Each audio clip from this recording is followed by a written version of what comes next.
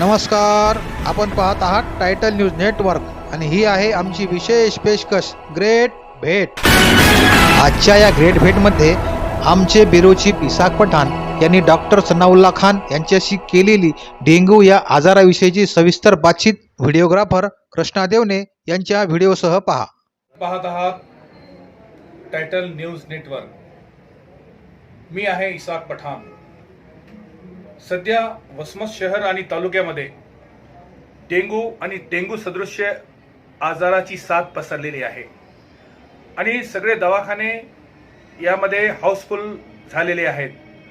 हा डेंग्यू कशामुळे होतो, याची कारणे काय आहेत आणि त्याच्यावर उपचार पद्धती काय आहेत याविषयी आम्ही आज जाणून घेणार आहोत. वसमत येथील प्रसिद्ध डॉक्टर वसमत उपजिल्हा रुग्णालयाचे वैद्यकीय अधिकारी डॉक्टर सनाउल्ला खान यांच्याशी.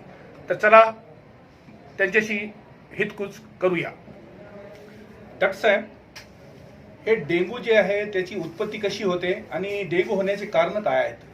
डेंग्यू हे एक व्हायरल डिसीज आहे, इतर व्हायरल रोग सारखं, आणि हे डास चावल्यामुळे होते. एडिस इजिप्ती नावाचा जे डास आहे, जे एक टिपिकल डास ज्याच्या अंगावर पांढरे चट्टे असतात, त्याला टायगर मॉस्किटो सुद्धा आपण म्हणतो. ते जनरली स्वच्छ पाण्यामध्ये वाढते.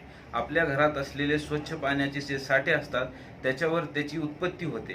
ते इन्फेक्ट झाल्यानंतर, ते चावल्यानंतर आपल्या शरीरात ते 4 ते 8 दिवसानंतर, ते चावल्याच्या नंतर त्याच्यामध्ये आपल्याला लक्षणं जाणवणं सुरू होतात. डॉक्टर साहेब, याच्यामध्ये मुख्य लक्षणे कोणती आहेत? डेंग्यू कशावरून आपण समजावं की डेंग्यू झालेला आहे आणि डेंग्यू मध्ये कोणकोणती लक्षणे आढळून येतात? डेंग्यू हे व्हायरल आजार असल्यामुळे याची लक्षणे सुद्धा इतर व्हायरल आजारांसोबत सारखेच असतात, परंतु याला ब्रेक बोन फीवर आपण म्हणतो. याच्यामध्ये एवढा ताप आणि अंगदुखी असते, हाड तुटल्यासारखा माणसाला अंगदुखीचा त्रास होते. तसेच त्याला खूप जास्त हेडेक होणे म्हणजे डोकेदुखी, आणि त्याच्यानंतर या सगळे मुख्यतः थंडी वाजून ताप येणे, अंग दुखणे, डोकेदुखी होणे या प्रायमरी लक्षणे डेंग्यूची असू शकतात. मग याच्यासाठी तपासणी कशी करून घ्यावी?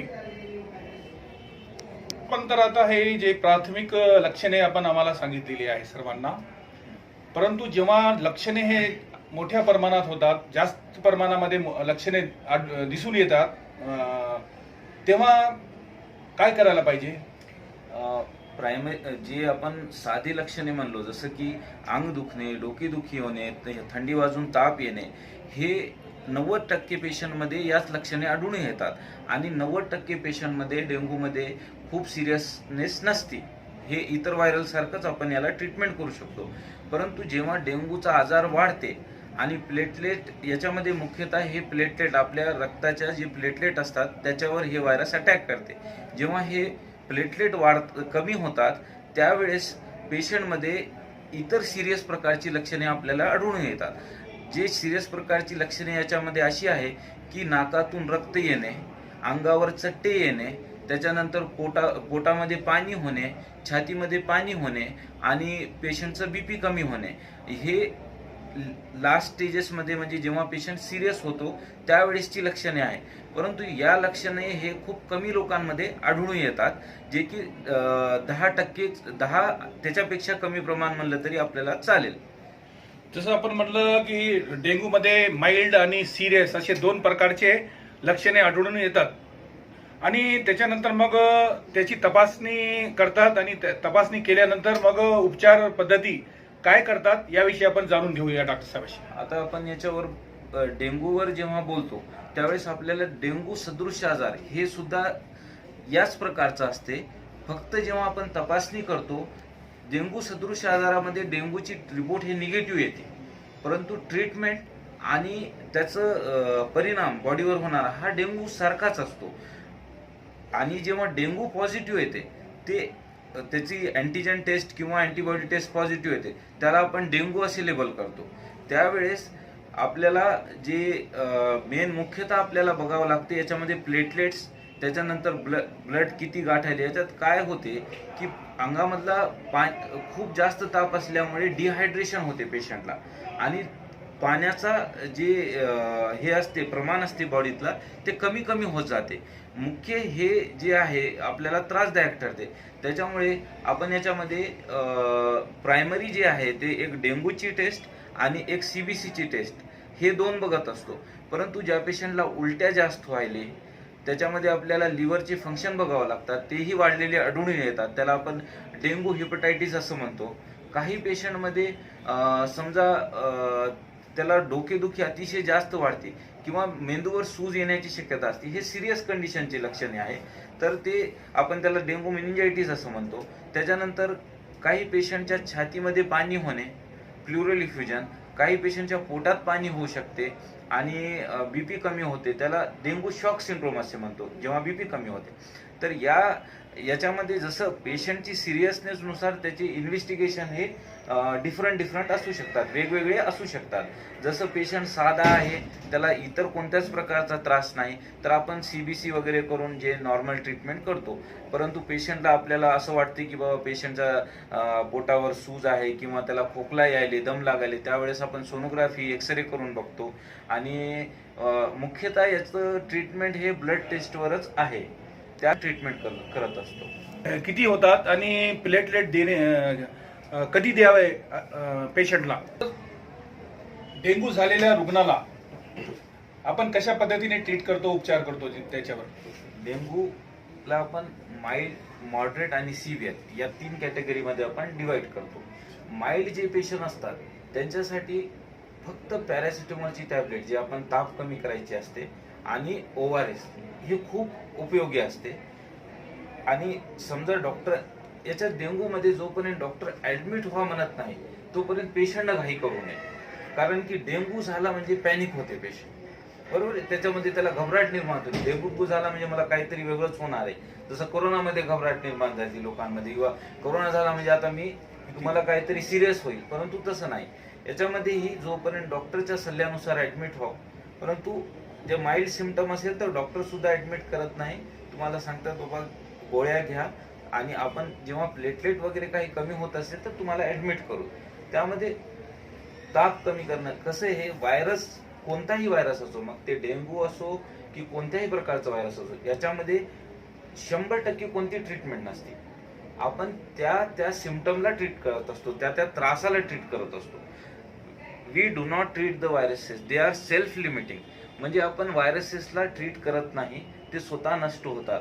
परंतु आपण ट्रीट काय करतो, डिहायड्रेशन होऊ नये, अंगातलं पाणी संपू नये, ताप येऊ नये. जास्त ताप झाली तर लहान लेकरांमध्ये झटके येऊ शकतात आणि इतर प्रकारच्या कॉम्प्लिकेशन मध्ये ते पेशंट जाऊ नये. आपण त्या गोष्टीसाठी त्याला ट्रीटमेंट देतो. असं ठराविक किंवा एकदम 100% सटीक उपचार पद्धती व्हायरसेस मध्ये नसते. आपण इतर व्हायरस सारखंच याला ट्रीट करतो. परंतु जेव्हा किंवा आपल्याला वाटते बाबा हे डेंग्यू शॉक सिंड्रोम आहे किंवा दुसरं काही आहे, तर त्याला ICU मध्ये ठेवून आपण जे त्याला योग्य ती ट्रीटमेंट असते ते करत असतो. ऍडमिट करण्याची वेळ केव्हा येते? 100% हे आपण सांगू शकत नाही की या वेळेस याला ऍडमिट करावं. हे डॉक्टरच्या विवेक बुद्धीवर डिपेंड असते की बाबा हे मला सिरियस वाटते किंवा हे या पेशंटला जर ऍडमिट केलं नाही तर हे सिरियस होऊ शकते. त्यावेळेस आपण त्याला सल्ला देत असतो की बाबा तू ऍडमिट होऊन जाय. आणि जेव्हा ऍडमिट होते तर त्याला सिंपल ट्रीटमेंट त्याला देत असतो आपण. तालुक्यासारख्या ठिकाणी आज आपल्याकडे वसमतला ब्लड बँक नसल्यामुळे आपण जेव्हा प्लेटलेटची गरज पडते त्यावेळेस आपल्याला इतर ठिकाणी पेशंटला हलवावं लागते. कारण त्याचं कारण हे आहे की प्लेटलेट हे तिथून दुसऱ्या ठिकाणाहून आणूस तर त्याला कंटिन्युअस शेकिंग मोमेंट पाहिजे असते. ते जर नसली तर ते डिस्ट्रॉय होतात आणि इथं आणल्यावर त्याच्यात किती प्लेटलेट उरले याचा आपल्याला अंदाज नसतो, बरोबर. त्याच्यामुळे आपण शक्यतो काय करतो की जिथं ब्लड बँक आहे तिथल्या तिथं त्याला प्लेटलेट देण्याची सोय करत असतो. तर या गोष्टी काही डिसएडव्हान्टेजेस म्हणजे नसल्यामुळे आपल्याला थोडंसं एखाद्या वेळेस पेशंटला रेफर करणं वगैरे या गोष्टी घडत असतात तालुक्यासारख्या ठिकाणी. परंतु जिल्ह्यासारख्या ठिकाणी प्लेटलेट अवेलेबल असतात, तिथं सगळ्या गोष्टी असतात, म्हणून ते रिस्क ते घेऊ शकतात. प्लेट कधी द्यायचे असते? प्लेटलेट कधी द्यायचे याच्यामध्ये एक आहे की जेव्हा केव्हा पेशंटला ब्लिडिंगचे साईन येतात, म्हणजे रक्तस्त्राव हे मुख्य आहे, किंवा 10,000 किंवा त्याच्या खाली. 10,000 प्लेटलेट म्हणतोय, 10,000 किंवा त्याच्या खाली. काही पेशंटमध्ये 10,000 पर्यंत सुद्धा ब्लिडिंगचे साईन नसतात, म्हणजे ते 10,000 पर्यंत जाऊन आपोआप चांगले होतात. तर हे डॉक्टरच्या क्लिनिकल नॉलेजवर डिपेंड आहे, त्याच्या इन्व्हेस्टिगेशनवर डिपेंड आहे की, किंवा जसं की आम्ही जनरली बघत असतो, रक्तामध्ये ब्लड आपल्या स्टूलमध्ये ब्लड यायले का, म्हणजे त्याच्या विष्ठेमध्ये ब्लड यायले का त्या पेशंटच्या, किंवा त्याच्या युरिनमध्ये ब्लड यायले का, किंवा त्याच्या अंगावर चट्टे आले का, किंवा दातातून रक्त यायले का, किंवा नाकातून रक्त यायले का. अशा वेळेस प्लेटलेट काउंट काही जरी असला, 1,00,000 जरी असला तरी आपण देत असतो. Any count with bleeding indication, म्हणजे कोणताही कितीही असू द्या, ब्लिडिंग व्हायला द्यावं लागेल. ब्लिडिंग नसेल तर आपण 10,000 पर्यंत वेट करत असतो. ब्लिडिंग नाही मग काळजी नाही. कारण कसं असते याच्यामध्ये, जेव्हा किंवा एखाद्या पेशंटचा ताप कमी होते तर एक्सपेक्टेड असते की दुसऱ्या दिवशीपासून त्याचे प्लेटलेट आपोआप वाढणार. त्याच्यामध्ये आपल्याला वेगळं काही करायची गरज नाही. मग 10-15 हजारची मार्जिन असती, त्यावेळेस जर ताप कमी झाला तर दुसऱ्या दिवशी त्याचे 2,000-3,000 न जरी वाढले तरी ते नंतर पुढे वाढत वाढत वाढतच जातात. त्याच्यामुळे ताप जाणं डेंग्यू मध्ये खूप महत्वाचं आहे. एकदा ताप गेली म्हणजे ते पेशंट क्लिनिकली स्टेबल झाला असं आमच्या भाषेत आम्ही म्हणत असतो. आता प्लेटलेट द्यायचे कधी हे फक्त त्या ब्लिडिंग आणि प्लेटलेटचा नंबर याच्यावर डिपेंड असते, आणि डॉक्टरच्या सक्सेस बुद्धीवर आपण ते सोडून द्यायला पाहिजे. एवढे प्लेटलेट कसं आहे, डेंग्यू मध्ये प्लेटलेट कमी होणार हे तर 100% असते. दिवस तुम्ही किती ट्रीटमेंट केला तरी ते एका लेवल पर्यंत कमीच होणारे असतात आणि तिथून वाढणारे असतात. एक समज किंवा गैरसमज आहे रुग्णाच्या नातेवाईकामध्ये की डेंग्यूचा ताप फार जास्त याच्यामध्ये ताप येतो आणि ते डोक्यामध्ये शिरलं तर मग पेशंट काही वाचत नाही, आणि प्लेटलेट एकदम कमी झाले, खूपच झपाट्याने कमी झाले तर पेशंटचा जीव धोक्यात येऊ शकतो असं समज आहे. याविषयी आपण काय म्हणाल? डेंग्यू हे त्रासदायक ठरू शकते, असं नाही की सगळेच पेशंट त्याच्यातून चांगले होतील. आपण बघतो की डेंग्यू डेथ आपण ऑब्झर्व केलेली आहे, कमी आहे, परंतु हे शक्यता नाकारता येत नाही की बाबा डेंग्यू झाल्यावर यांना 100% ते तर कोणत्याही, म्हणजे साधा सर्दी ताप जरी आला तरी ते इतर त्यांना सिस्टम इन्व्हॉल्व केले, म्हणजे जसं हृदय आहे किंवा ब्रेन आहे किंवा किडनी आहे, तर ते पेशंटला धोका निर्माण होते. परंतु डेंग्यू मध्ये जेव्हा केव्हा बीपी कमी होते आणि ब्लिडिंग होते त्यावेळेस पेशंटला थोडासा त्याचा त्रास जास्त होऊ शकतो, आणि योग्य उपचार केलं तर 99.9% पेशंटला त्रास होत नाही. तर त्यासाठी डेंग्यू झाल्या पॅनिक व्हायची गरज नाही. डॉक्टरच्या सल्ल्यानुसार तुम्ही ते जर ठेवत असेल तर त्या ठिकाणी राहा, ते जर रेफर म्हणत असेल पुढच्या ठिकाणी जायसाठी तर तुम्ही इथंच ठेवा, हे बी आग्रह धरू नका, आणि डॉक्टरच्या सल्ल्यानुसारच तुम्ही चला. त्याच्यात पेशंटचा फायदा असते, कारण की कोणत्याही डॉक्टर त्याच्या जर होत असेल त्याचा ट्रीटमेंट तर ते पुढे पाठवणार नाही. बरोबर. ते सेटराइड्सचा उपयोग होतो का आणि ते आवश्यक आहे का? स्टेरॉइड हे